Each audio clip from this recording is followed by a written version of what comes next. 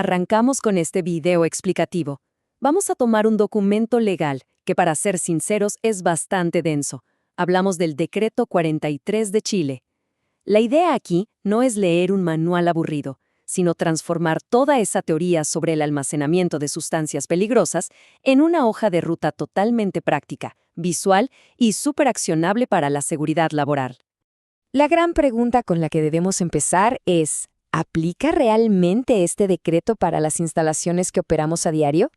Y ojo, que esto no es un simple trámite o un papeleo más para archivar. Hablamos de dos cosas inmensamente críticas. Primero, el cumplimiento de la ley. Y segundo, lo más importante, proteger vidas humanas. Ignorar estas reglas puede terminar en un desastre. Así que entender esta regulación es el paso número 1 en cualquier gestión industrial seria. Para hacer esto súper digerible, dividimos el texto del decreto en 5 partes muy lógicas. 1. El alcance de la norma. 2. Cómo se clasifican las sustancias. 3. Las reglas básicas de almacenamiento. 4. El diseño de las bodegas y finalmente el plan de emergencias. Así que vamos a meternos de lleno. Empezamos con la primera parte, el alcance del decreto 43. Vamos a ver exactamente dónde tiene jurisdicción esta norma y a quiénes aplica. A veces saber lo que no está incluido es tan clave como saber lo que sí. Y el decreto nos da una lista súper clara de exclusiones. Cosas como materiales radiactivos, explosivos regidos por su propia ley, combustibles usados como fuente de energía, almacenamiento en zonas portuarias, sustancias infecciosas o grandes volúmenes de sólidos a granel en la minería. Bueno, todo eso queda fuera. ¿Por qué?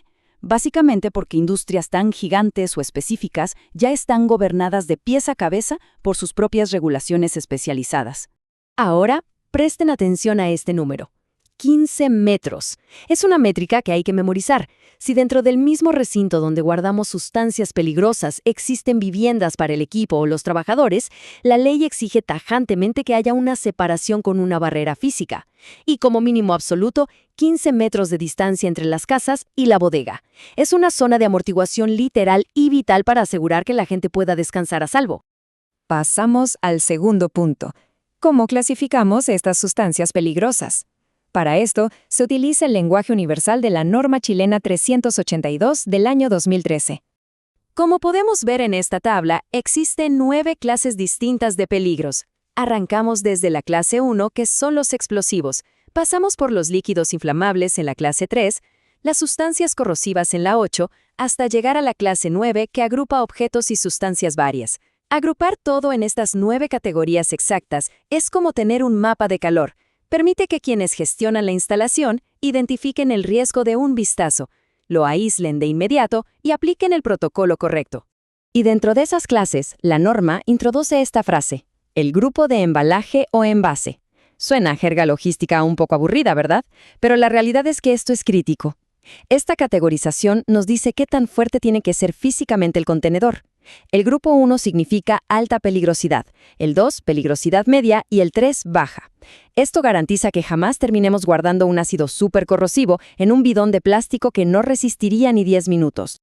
Y eso nos lleva a la sección 3. Dejamos atrás las definiciones teóricas y nos metemos de lleno en las reglas básicas de almacenamiento en el piso de la bodega. Este es otro número que hay que grabar a fuego, medio metro. La normativa nos dice que siempre, y digo sin ninguna excepción, hay que dejar al menos 0,5 metros de espacio libre entre los productos almacenados y los muros del recinto. Nada de usar la pared de fondo para estabilizar las cajas. Ese pasillo invisible es un respiro vital. Permite una buena ventilación, evita que se transmita el calor en caso de incendio y deja que el equipo de inspección pueda hacer revisiones visuales por todos lados. Y aquí hay un contraste súper interesante entre las reglas del entorno puramente industrial y un local comercial. Si resulta que estas sustancias se venden al público general en una tienda, todo cambia drásticamente. Ahí tienen que estar sobre góndolas incombustibles, lavables y totalmente separadas de los alimentos. Es más, si exhibimos artículos tóxicos, tienen que estar por lo menos a 1 metro de altura desde el piso. Proteger al comprador en una tienda requiere estrategias totalmente diferentes. Volviendo a las reglas de una bodega industrial, apilar cosas no es jugar al Tetris hasta tocar el techo. Hay límites legales, estrictos, pallets con sacos o cajas, máximo 3 metros de altura. Tambores o contenedores tipo IBC, máximo 4 metros. Y atención con esto, si guardamos material a granel y no hay barreras físicas entre medio, es obligatorio dejar al menos 2.4 metros de distancia entre las pilas. Seguir estas reglas mantiene toda la estructura súper estable y deja completamente despejadas las rutas de escape, que en una emergencia son un salvavidas literal. Entramos a la sección 4. Vamos a ver cómo se ven estos conceptos plasmados en planos arquitectónicos, el diseño y los tipos de bodegas permitidos. En este esquema vemos lo que se define como una bodega común. Imaginen una instalación enorme llena de mercancía de todo tipo. Bueno, ahí adentro se tiene que acordonar una zona súper específica y segura dedicada exclusivamente a los materiales peligrosos. No se pueden tener bidones mezclados con productos normales por cualquier pasillo. Necesitan su propia zona, claramente delimitada y controlada dentro del almacén principal. Ahora, la arquitectura cambia muchísimo dependiendo del nivel de riesgo. Aquí vemos una comparación directa. A la izquierda, una bodega adyacente, que básicamente comparte pared con otras instalaciones. Pero ojo, tiene que ser un muro cortafuegos sólido y completo desde el suelo hasta el techo. Y a la derecha, una bodega separada, que es literalmente un edificio aislado e independiente en el mismo terreno. La decisión de usar una u otra radica totalmente en cuánto aislamiento físico exige la ley en caso de un incendio. Y si queremos ver hasta dónde llega el nivel de detalle técnico, miren esta matriz de distanciamiento especial para peróxidos. Es un rompecabezas increíble. Dependiendo de qué clase de peróxido tengamos, de la cantidad de toneladas almacenadas, y esto es clave, de si hay sistemas automáticos contra incendios instalados, las distancias obligatorias fluctúan de forma radical. Hablamos de ir desde los 15 metros hasta unos masivos 46 metros de separación. Literalmente, estamos viendo ingeniería de seguridad aplicada directamente a los espacios vacíos. Llegamos a la sección 5, la última parada de nuestra guía. El plan de emergencias, o en otras palabras, los protocolos para cuando las cosas inevitablemente salen mal. El mensaje principal acá es que un plan de emergencias obligatorio no es un trámite burocrático para imprimir y dejar juntando polvo en una carpeta. Es un plan de acción para salvar vidas. Exige 4 cosas que no son negociables: mapas hiperdetallados marcando zonas de seguridad, un inventario exacto de todas las sustancias y capacidades máximas almacenadas, definir quién lidera la crisis con una cadena de mando clara y procedimientos específicos para actuar frente a incendios o derrames. Tiene que estar pensado al milímetro.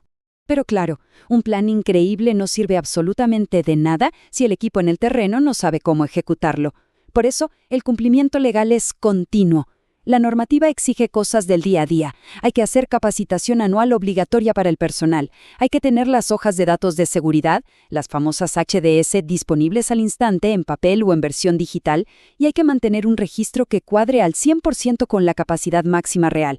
La seguridad se gestiona cada día. Y para terminar, dejamos esta pregunta bastante directa rebotando en el aire. ¿Está el plan de seguridad de las instalaciones listo hoy mismo para soportar una inspección sorpresa mañana a primera hora? Lo que repasamos en este video explicativo es el estándar que separa a un entorno con riesgo descontrolado de un espacio de trabajo realmente seguro. La idea es tomar toda esta guía visual y empezar a aplicarla de inmediato. Al final de cuentas, asegurar que todos vuelvan sanos a casa y proteger la operación es la única meta que de verdad importa. ¡Hasta la próxima!